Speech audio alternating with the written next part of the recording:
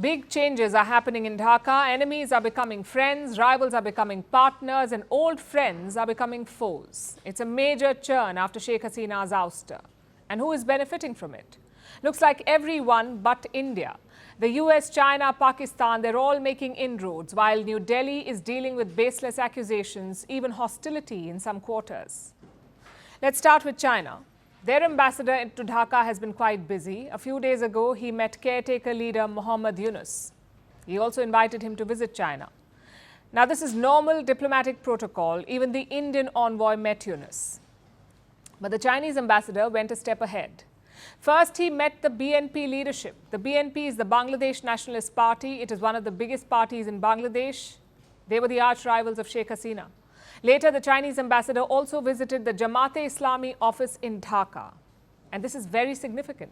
The Jamaat was accused of war crimes in 2010. Since then, no foreign official had visited their office. So China is the first in 14 years. The ambassador held talks with the Jamaat chief. He called them a well-organized group. Jamaat-e-Islami we used to have good relations with the Chinese Communist Party, with our embassy. But it has been affected during the last 13 years. But now we believe it's time to re-establish our close ties and restart our dialogue and cooperation.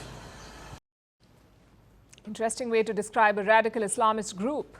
But then again, this is China. If they can embrace the Taliban, Jamaat should not be a problem. Same with the BNP. Xi Jinping had traveled to Dhaka in 2016. Sheikh Hasina was in power back then, but Xi Jinping also met her chief rival, BNP leader Khaleda Zia. So Beijing's strategy has always been clear: keep your options open, cozy up to anyone who's in power. Which brings us to their iron brother, Pakistan. Pakistan is also courting the new powers in Dhaka. The BNP and Jamaat have old ties with Islamabad. Their new target is Mohammad Yunus. Pakistan's Prime Minister Shehbaz Sharif spoke to Yunus over the weekend. He talked about strengthening bilateral ties.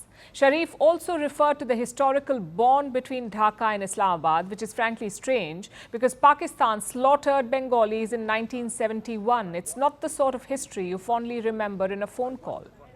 But then again, this is the new Dhaka. We've seen Sheikh Mujibur Rahman's statues vandalized, his family home destroyed, and liberation museums targeted. So clearly, Pakistan is not taboo anymore. And this is exactly what Islamabad wanted, a reset with Dhaka. They've announced a new decision. Bangladeshis can now visit Pakistan without paying the visa fee. You would still need a visa, but you wouldn't have to pay for it. The United States is also making moves, but not overtly. Mohammad Yunus will be visiting the US this month. He is expected to address the United Nations General Assembly. A couple of things to note here.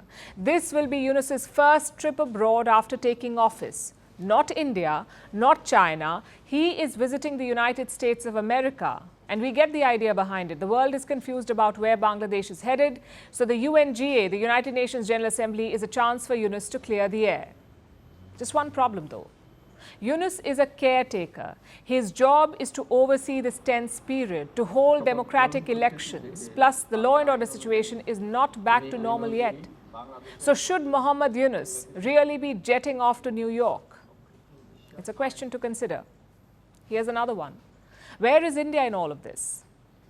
Well, New Delhi is keeping an open mind. Yesterday, the Indian High Commissioner met the interim Home Minister of Bangladesh. They discussed a number of important issues like the security situation in Bangladesh, the safety of Indian nationals, and the exchange of flood warnings. And that last one, the exchange of flood warnings, is very important after the recent flood. Many Bangladeshis wrongly blamed India for causing the flood. But beyond these exchanges, what is the status between India and Bangladesh? Well, Sheikh Hasina remains a problem. She now has 89 cases against her, most of them for murder, 89 cases. So Hasina's stay in India is a clear point of contention. The second issue is the political past. The BNP and Jamaat have historically been anti-India. On paper, they claim to have changed. Both groups have talked about strengthening ties with New Delhi. But if they come to power, who knows? It's a delicate situation for India. New Delhi has shown some flexibility recently. For example, Indian officials have held multiple rounds of talks with the Taliban. That too was considered impossible at one point. But it's happening. Same with the Maldives.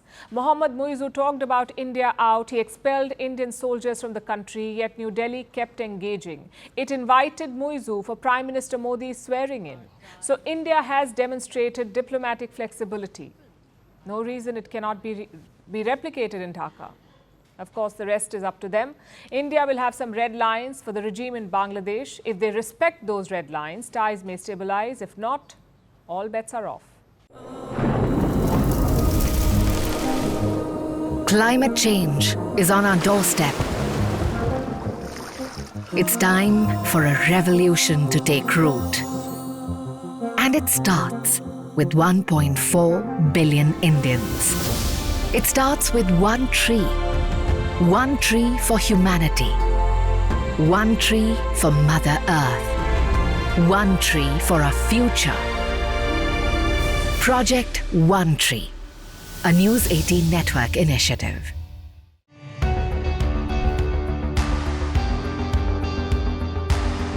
Across continents, one powerful news source.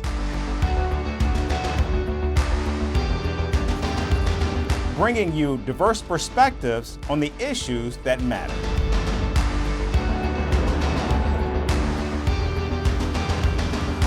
We go beyond the boundaries to give you that little extra about every sporting moment.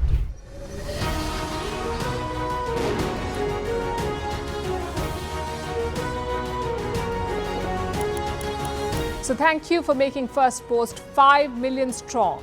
We're counting on your support, and you can trust us to bring you the news unfiltered and unvarnished.